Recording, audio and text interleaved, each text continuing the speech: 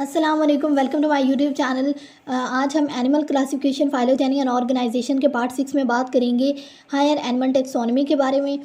So let's start the video. There are two views about the animal taxonomy के एक first one is monophyletic and second one is polyphyletic. Monophyletic और polyphyletic के बारे में हमने detail discussion की थी, लेकिन आज हम जस्ट थोड़ी सी बात करेंगे इसके बारे में।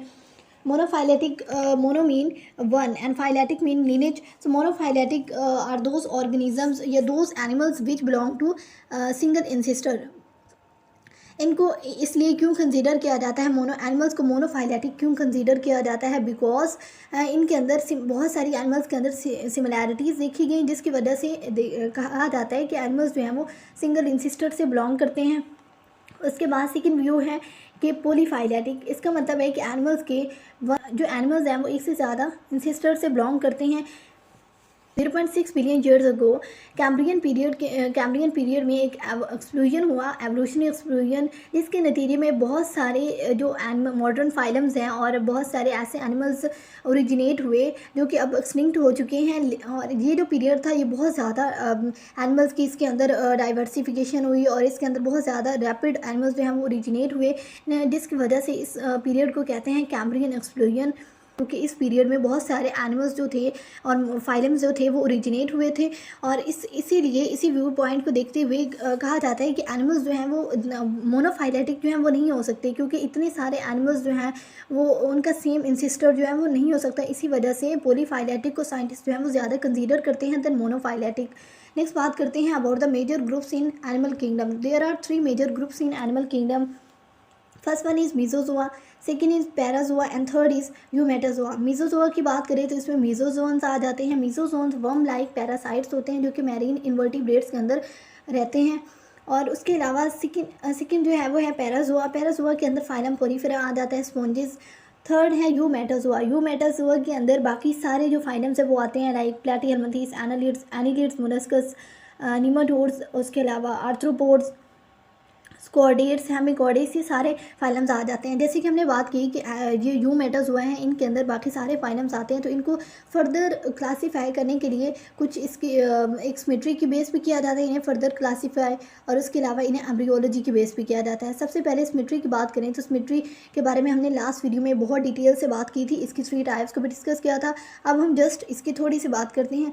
इसके 2 ग्रुप्स होते हैं, डिवाइडेड इंटू 2 ग्रुप्स, रेडिएटा और second one is bilateria. So radiata जो है इसमें एनिमल्स जो हैं एनिमल्स को रेडियल सिमेट्री के बेस पे जो है वो डिवाइड किया जाता है। रेडिएटा में आ जाते हैं फाइलम निडेरिया और स्टेनोफोरा। बाइलेट्रा में बाइलेट्रल सिमेट्री के बेस पे किया जाता है एनिमल्स को। इसमें प्लेटीहेल्मिन्थेस से लेकर कॉर्डेट्स तक सारे एनिमल्स जो हैं वो आ जाते हैं।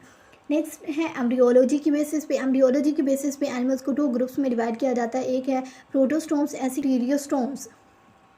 अब हम फर्दर जो है प्रोटोस्टोम्स और डिट्रियोस्टोम्स को डिटेल से बात करते हैं इस पर। सबसे पहले प्रोटोस्टोम्स में प्रोटो का मतलब होता है फर्स्ट और स्टोम्स का मतलब होता है माउथ।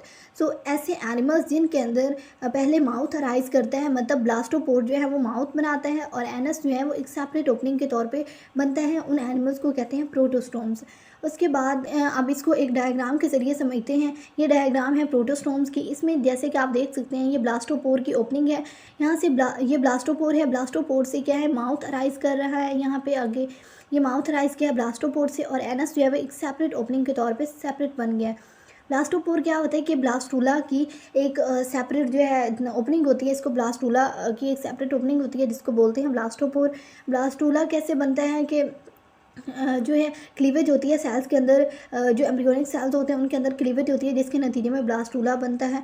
उसके बाद हम आगे बात करते हैं ड्यूट्रियोस्टोम्स की। ड्यूट्रियोस्टोम्स में ड्यूट्रियो का मतलब होता है स्किन और स्टोम्स का मतलब है माउथ, जिसमें ऐसे एनिमल्स जिनके अंदर ब्लास्टोपोर जो है वो एनस बनाता है, जबकि माउथ जो है वो एक सेपरेट ओपनिंग के तौर पे बनता है। जैसे कि यहाँ आप देख सकते हैं कि ब्लास्टोपोर से एनस बन गया है और माउथ जो है यहाँ पे एक सेपरेट ओपनिंग के तौर पर बन गया है। तो ये थी प्रोटोस्टोम्स और ड्यूट्रियोस्टोम्स का फर्स्ट डिफरेंस। सेकेंड डिफरेंस है प्रोटोस्टोम्स के अंदर जो एनिमल्स इंक्लूड करते हैं वो Platyhelminthes, nematodes, molluscs, annelids, arthropods. उसके अलावा ड्यूट्रियोस्टोम्स के अंदर आ जाते हैं phylum echinodermata, hemichordates and caudates. Third जो है इनका डिफरेंस वो है कि प्रोटोस्टोम्स जो है वो स्पाइरल क्लीवेज शो करते हैं, जबकि ड्यूट्रियोस्टोम्स जो है वो रेडियल क्लीवेज शो करते हैं। सबसे पहले जो है वो स्पाइरल क्लीवेज की अगर बात करें तो इन spiral cleavage the mitotic spindle is oriented obliquely to the axis of zygote. This orientation produces 8-celled embryo in which the upper tier of cells is twisted out of line with the lower tier of cells. Diagram के ज़रिए समझते हैं इसको। ये है spiral cleavage की diagram. इसमें आप देख सकते हैं कि ये 4 सेल्स हैं जो कि बने हैं। इन 4 सेल्स से फर्दर जो है वो 8 सेल्स अराइज हुए हैं। ये ऊपर 4 सेल्स और ये नीचे 4 सेल्स हैं। नीचे वाले जो सेल्स हैं ये बड़े होते हैं जबकि ऊपर वाले जो हैं वो स्मॉल होते हैं। अच्छा, इसमें क्या है कि इसके अंदर जो सेल्स के अंदर माइटोटिक स्पिंडल्स होते हैं इसमें वो ऑब्लिक्यूली मतलब तिरछे अराइज किए होते हैं और जिसके नतीजे में जब 8 सेल्स बनते हैं तो वो कैसे बनते हैं, जब ये माइटोसिस होती है और 8 सेल्स बनते हैं। अगर हम इनको टॉप व्यू देखें तो यहाँ पे 8 सेल्स जो हैं वो एक दूसरे के ऊपर, हर सेल जो है एक दूसरे के ऊपर नहीं है। जैसे कि एक सेल है उसके ऊपर दूसरा सेल बिल्कुल उसी तरह नहीं प्लेस किया हुआ, बल्कि ये थोड़े से ट्विस्ट हुए हुए हैं, जैसे कि यहाँ से आप देख सकते हैं। मतलब जो सेल्स के दरम्यान में डिप्रेशंस बनते हैं वहाँ पे हर सेल को, ये 2 सेल्स के दरम्यान जो डिप्रेशन है यहाँ पे ऊपर इस सेल को प्लेस किया गया है। तो ये थोड़े से ट्विस्टेड होते हैं जिसकी वजह से अपर टायर ऑफ सेल्स जो है वो नीचे वाले सेल से थोड़ा सा आउट ऑफ लाइन होती है, बिल्कुल के ऊपर नहीं होती। अब रेडियल क्लीवेज की बात करते हैं। Radial cleavage occurs when mitotic spindle is oriented perpendicular to the axis of zygote and results in embryonic cells directly over one another. Diagram के जरिए समझते हैं।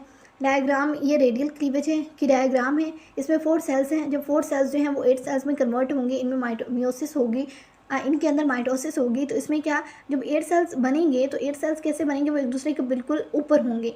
जैसे यहाँ पे आप देख सकते हैं कि नीचे वाले सेल्स और ऊपर वाले सेल्स एक दूसरे के ऊपर हैं, बिल्कुल ऊपर वाले सेल्स जो हैं वो नीचे वाले सेल्स के बिल्कुल ऊपर हैं। इसमें तरह ये इनको ट्विस्ट नहीं किया गया, ये बिल्कुल एक दूसरे के ऊपर प्लेस करते हैं और ये है रेडियल क्लीवेज। और ये जो है सेल्स जो हैं ये जैसे ये देखिए, जैसे आप ये एक सेल को दें तो ऐसा लग रहा है कि एक बैलून था, उसको ऊपर से पकड़ के उसको ऊपर से हाफ और नीचे से हाफ किया गया है। तो इस तरह ये देखें, ये ऊपर से स्मॉल सेल्स हैं और नीचे से जो हैं वो बड़े सेल्स हैं। इसी तरह हम नेक्स्ट बात करते हैं इसके थर्ड पॉइंट की, क्लीवेज इज़ डिटर्मिनेट और ड्यूटेरियोस्टोम्स के अंदर क्लीवेज इज़ इनडिटर्मिनेट। डिटर्मिनेट की बात करें तो डिटर्मिनेट द मीनिंग इसका मतलब है the meaning that the fate cells is establish very early in the development if cells of 2 और 4 celled embryo are separated more none develops into a complete organism. इसका मतलब है कि उन्हें कि पहले ही पता होता है कि पहले ही हम डिसाइड कर लेते हैं कि क्लीवेज के दौरान जो सेल्स हैं वो क्या हर सेल जो है, जैसे कि अगर हम कि हर सेल जो है वो क्या बनाएगा। फॉर एग्जांपल हम 4 सेल सेपरेट कर लें और हम 4 सेल स्टेज पे जब एम्ब्रियो होगा उसको उसमें से एक सेल को सेपरेट कर लें और हम देखें कि इसको हम देखेंगे कि जो डेवलपमेंट होगी ऑर्गेनिजम्स की वो जो है वो स्टॉप हो जाएगी, क्योंकि इसमें डिसाइड हो जाता है कि कौन सा एनिमल वो है वो किस चीज़ में डेवलप करेगा। पहले ये डिसाइड हो चुका होता है कि फॉर एग्जांपल ये जो सेल है ये डाइजेस्टिव सिस्टम बनाएगा, ये नर्वस सिस्टम, ये जो है इस तरह रिप्रोडक्टिव सिस्टम। तो इसी तरह ये डिसाइड हो चुका होता है। इसीलिए जब हम एक सेल को बाहर निकालते हैं तो पिछली वाली जो भी हो रही होती है उनकी डेवलपमेंट वो स्टॉप हो जाती है, ठीक है, सीज हो जाती है। इसके बाद अगर हम इनडिटर्मिनेट की बात करें तो इनडिटर्मिनेट में क्या होता है कि इसमें डिसाइड पहले हम नहीं करते, इसमें बिल्कुल नहीं डिसाइड हुआ होता है कि कौन से सेल्स जो हैं वो क्या चीज़ बनाएंगे। Its meaning is that the fate of blastomeres is determined late in development and if embryonic cells are separated they can develop into entire individuals. इसका क्या मतलब है कि हम पहले डिसाइड नहीं करते कि कौन सा सेल किस चीज़ में जो है वो क्या बनाएगा, कौन सा सेल जो डाइजेस्टिव सिस्टम बनाएगा, कौन सा रिप्रोडक्टिव सिस्टम।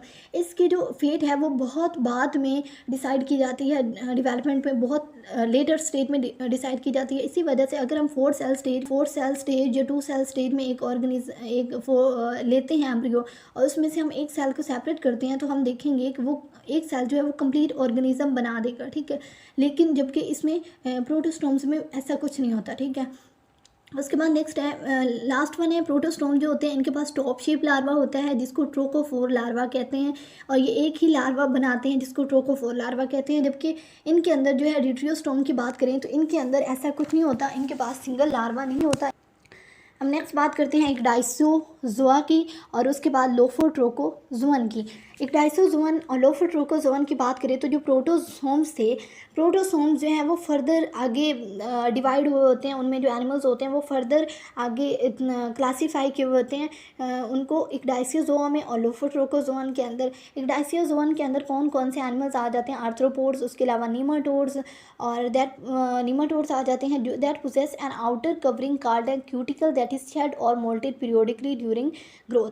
तो इसमें इक्डाइसियोजोन के अंदर कौन से एनिमल्स आते हैं? ऐसे एनिमल्स आते हैं जो कि जिनके पास एक हार्ड क्यूटिकल होती है उनकी आउटर सरफेस पे, ताकि वो पीरियोडिक जिसमें मोल्टिंग होती है। ऐसे इंसेक्ट्स, ऐसे एनिमल्स जिनके अंदर मोल्टिंग होती है, आर्थ्रोपोड्स के अंदर मोल्टिंग होती है, नीमाटोड्स के अंदर होती है, तो इसके अंदर वही एनिमल्स आएंगे। उसके बाद लोफोट्रोकोजोन की बात करें तो इसमें एनिलिड्स आ जाते हैं, सेगमेंटेड वर्म्स, उसके बाद मोलस्क जो है bivalves, snails and their relatives, ये सारे आ जाते हैं।